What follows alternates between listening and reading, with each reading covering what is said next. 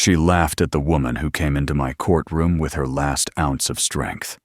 The daughter of a famous doctor, confident that the world belonged to her. But when I heard her words and saw the eyes of that mother, I knew that this day would end differently. Subscribe and write in the comments which city you are from. You spend enough years on the bench, and you start to see mornings differently. Not as a time of day, but as a temperature of the world itself. Some mornings are warm before the sun even rises, full of promise, laughter, the quiet dignity of people doing their best. Others carry a colder weight, the kind that settles into your bones before you even unlock your chambers. That morning, the one when two very different women walked into my courtroom, felt like a cold stone dropped into still water. I didn't know why at first. I just knew something was coming. I arrived early, as I always do. Old habits from my father die hard, and his voice still echoes in my head every time I turn the key in the courthouse door. Frank, respect the job, and the job will respect you. I've lived my whole life by that simple truth, and on mornings like that one, I'm reminded why it matters. The hallway outside my courtroom was already filling with the quiet shuffle of footsteps, people clutching envelopes, tickets, paperwork, each carrying a small story that brought them to my bench. Some fidgeted nervously. Others stood with practiced resignation, the kind that only comes after years of scraping by. I noticed her almost immediately, a young woman with tired eyes and a folder pressed tightly against her chest, as though she feared the papers inside might escape if she loosened her grip even for a moment. She wore an old jacket 2 seasons past its prime, and shoes that looked like they'd crossed more than a few hard miles. Her name, as I would soon learn, was Liliana Rivera, 31 years old, mother of a 6-year-old girl, and burdened with the kind of quiet desperation that only someone who has lived too long on the edge can carry without falling apart. She stood near the middle of the line, shoulders drawn inward, lips moving in silent rehearsal, repeating to herself whatever explanation she hoped would make sense when it was finally her turn. I watched her thumb brush over the corner of a prescription slip tucked into her folder, and though I couldn't make out the words, I recognized the format. Hospital paperwork. I've seen enough of it in my time to tell a medical bill from a parking ticket at a glance.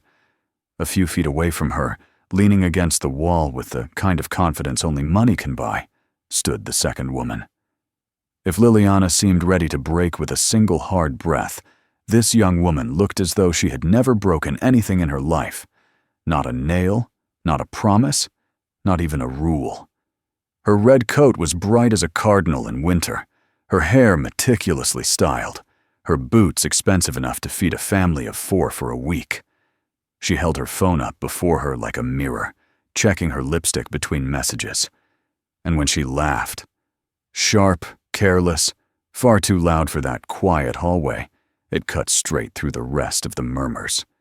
This was Emily Harper, daughter of the most prominent cardiac surgeon in the city, a man whose name alone opened doors other people spent their entire lives knocking on. I'd seen the father in my courtroom once or twice over the years, always for administrative matters, always polite. He walked like a man who had held beating hearts in his hands, careful, respectful, deliberate. His daughter, on the other hand, lived as though the world itself were some kind of private waiting room arranged around her convenience. She read a message on her phone and smirked. "I'll be out in 5 minutes," she said loudly to no one in particular. "Dad says he'll take care of it." A moment later, she let out a laugh. Sharp, mocking, utterly out of place. I saw Liliana flinch at the sound, and the way she lowered her eyes, as though she feared being noticed by someone like Emily. I've been doing this job long enough to recognize tension when it settles between strangers. And that morning, it settled thick as fog. When Christina finally opened the door to call the first case, the room shifted like a tide. People straightened their jackets, tucked in their shirts, took a final breath before stepping into whatever awaited them inside. Liliana was the first name called. She walked as someone who feared every step might bring bad news, even though she had done nothing that morning but try to exist in a world that kept demanding more of her than she had to give. She stepped up to the bench, clutching her folder, and when she looked up at me, I saw the tremor behind her eyes, the kind of tremor that comes from too many sleepless nights and too many bills piling up. I gave her a moment. Sometimes people need a few seconds just to find their voice again. "Good morning," I said gently. "Take your time. Tell me what happened." Her voice came out thin at first, like she was afraid the words themselves might betray her. "Your Honor, I parked by the side entrance at the hospital. I know it wasn't the right spot. But my daughter, she was sick. Very sick." I nodded, inviting her to continue. "She finished her chemotherapy late. She always gets sick after. Sometimes she can't breathe well. Sometimes she collapses. I didn't know what else to do. I only stopped for a minute just to get her inside. I didn't want the ticket. I just needed to help her." Her hand opened the folder, and out slid a prescription printout, a payment notice, and a small crumpled drawing made in childish crayon strokes. Two stick figures holding hands under a lopsided sun. She scrambled to gather them, apologizing as though she'd committed a crime by dropping a piece of her daughter's heart. When she handed the papers to me, her fingers trembled. I read the treatment summary. 6 years old. Chemotherapy cycles every 3 weeks. Antiemetic medication. The kind of numbers that crush a working family long before they heal a child. While she spoke, a faint sound, sharp, derisive, rose from the back of the courtroom. A laugh, quiet but unmistakable. I didn't have to look to know who it came from. Out of the corner of my eye, I saw Emily whisper something into her phone, covering her mouth with fake modesty. I didn't react yet. There is a time to call out disrespect, and a time to wait until the truth reveals itself. But I felt the shift in the room. Everyone heard it. When Liliana finished speaking, she lowered her eyes, as though bracing for impact. I looked at her for a long moment before saying, "Ms. Rivera, helping your child through a medical emergency is not a crime. You did what any loving mother would do." Her shoulders sagged in relief so sudden it nearly broke my heart. She nodded, whispering a thank you so soft it barely reached me. She gathered her folder, clutching the drawing as though it were the most precious thing she owned, and turned to leave. Another quiet laugh echoed behind her, a cruel little punctuation mark trailing after her like a shadow. This time, I did turn my eyes toward the back. Emily lowered her phone just enough for me to see her smirk. I made no comment. Not yet. But inside, something in me began to settle, like a judge weighing not just facts, but character. When Christina called the next case, Emily straightened, flicking her hair with a confidence that bordered on arrogance.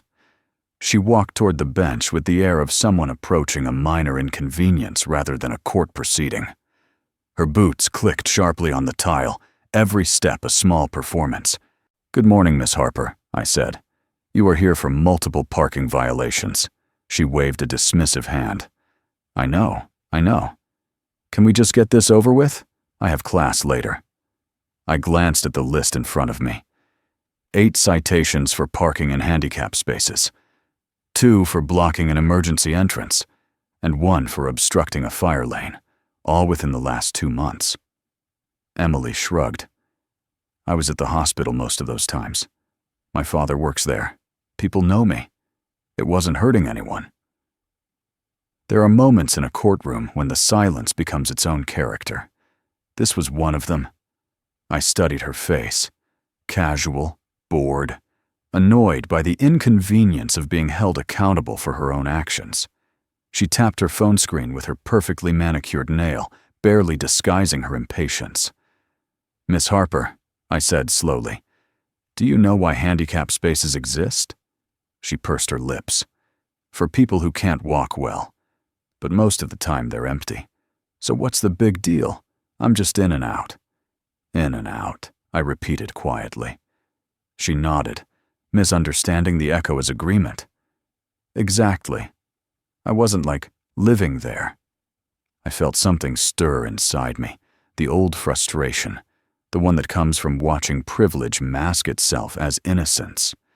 I leaned slightly forward. Let me ask you something. When you parked there, did you ever stop to think why a space might be empty at that moment? Did you consider that someone might be coming out of surgery, unable to walk without assistance? Or a parent carrying a sick child?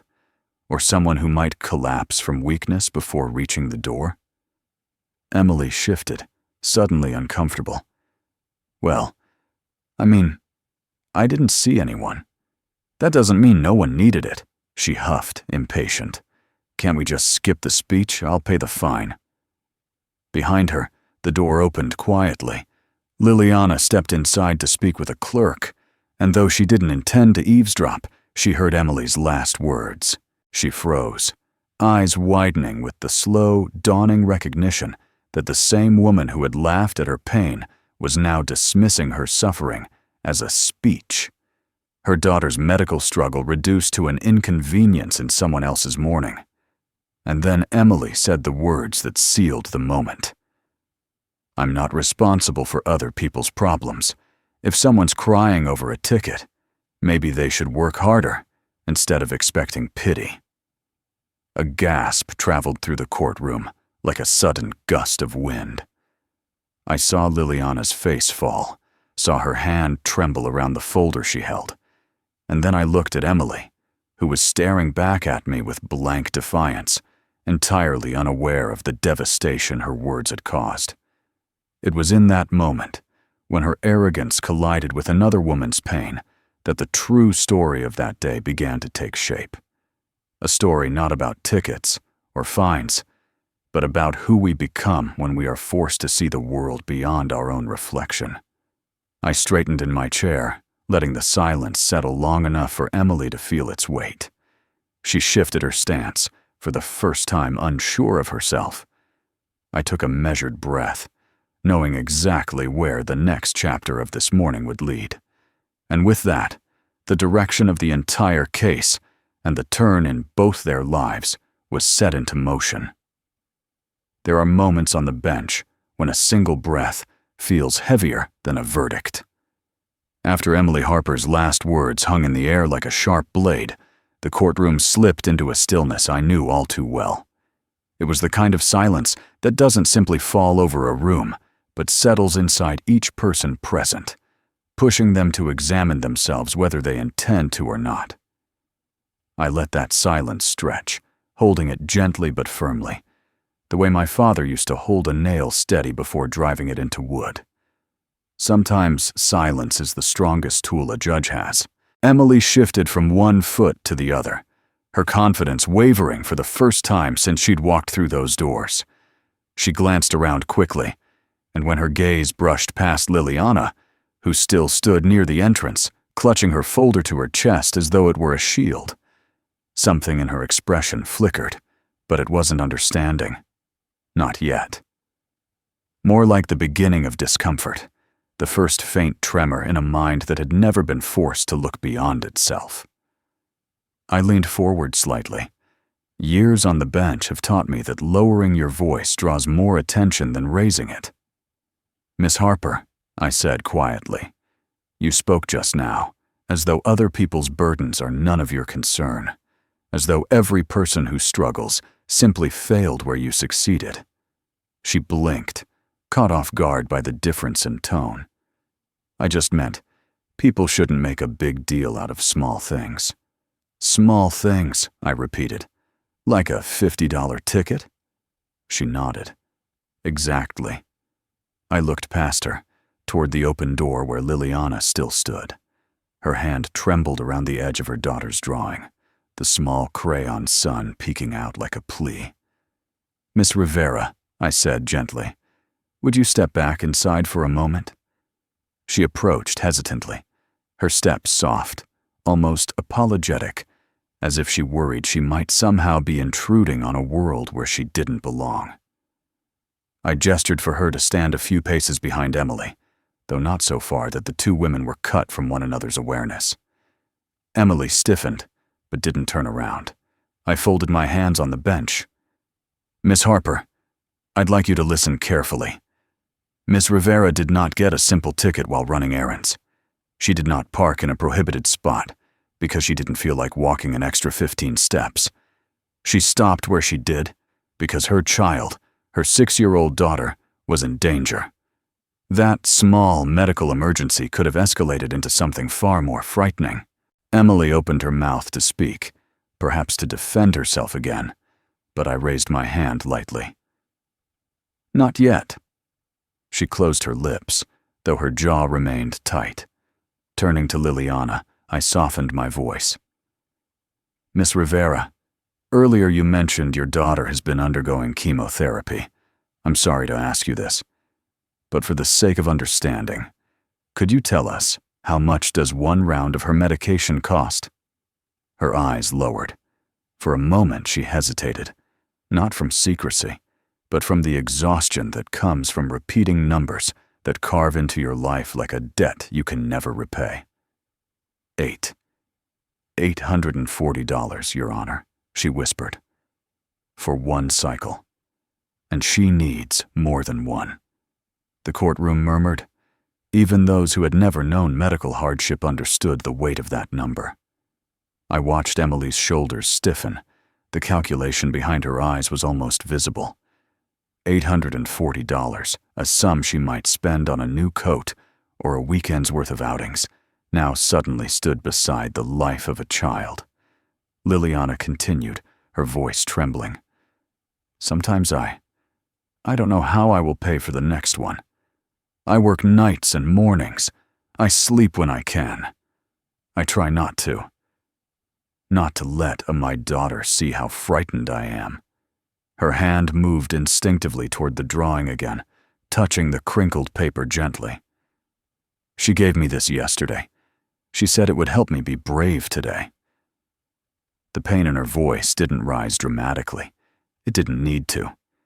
It was the quiet kind, the most devastating kind, because it came from a place beyond self-pity or theatrics.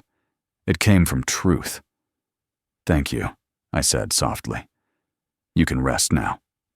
She nodded, stepped back, and clutched the folder to her heart. I let her words sink into the room before I turned my attention back to Emily. She stood stone still, her face pale, her eyes fixed on some point between her feet, as though she were afraid to look up. Her posture had changed, not fully humbled, not yet transformed, but cracked open just enough that the light of understanding might eventually reach her. "Miss Harper," I said, and she flinched at the sound of her name. "You heard Miss Rivera. You heard what she faces every week. You heard the price she pays not because of carelessness, but because of a fight for her child's life." My tone hardened, carefully measured. "Now tell me, do you still believe her tears were an overreaction?" Emily swallowed. When she answered, her voice came out strained. "I didn't know." "No," I replied softly. "You didn't. And that is precisely the problem." Her eyes flicked upward, just once, meeting mine with the brittle confusion of someone whose worldview had been gently but firmly dismantled. She had walked into the courtroom convinced she already knew everything she needed to know about the people around her. But a courtroom is a peculiar place. It doesn't simply reveal guilt or innocence, but the spaces between human beings, the distances we create through assumptions and privilege. And sometimes, if the timing is right, it forces those distances to shrink. "Miss Harper," I continued, "your actions cost you nothing. A few minutes of convenience, a patch of pavement close to the hospital door. But for someone like Miss Rivera, an open handicap space might be the difference between guiding a weak child safely inside or watching her collapse before reaching help. Blocking an emergency entrance might delay a paramedic carrying a patient whose heart is failing. Parking in a fire lane could prevent firefighters from reaching someone trapped inside a burning building. These are not inconveniences. These are lifelines. Her breath hitched, and she blinked several times, fighting the first signs of something unfamiliar. Guilt, perhaps, or realization. Emotions she had never needed to name. "I didn't mean," she stammered, but the sentence drifted into silence. I nodded slowly. "I believe you didn't mean harm. Most people who cause damage don't do it intentionally. But intention is only one part of responsibility. The other is understanding the impact of your actions. That is what you have lacked. Until now." Behind her, I saw Liliana watching quietly, not with bitterness, but with a fragile, fatigued grace. I've always admired people who survive hardship without turning hard themselves. I turned back to Emily. "You said earlier that your father could take care of this." "Let me tell you what your father has done, Miss Harper. He has spent decades of his life saving the hearts of people who come to his operating table with fear in their eyes. Rich or poor, insured or uninsured, he treats them. He sees their humanity. He understands pain, struggle, and the sacredness of time."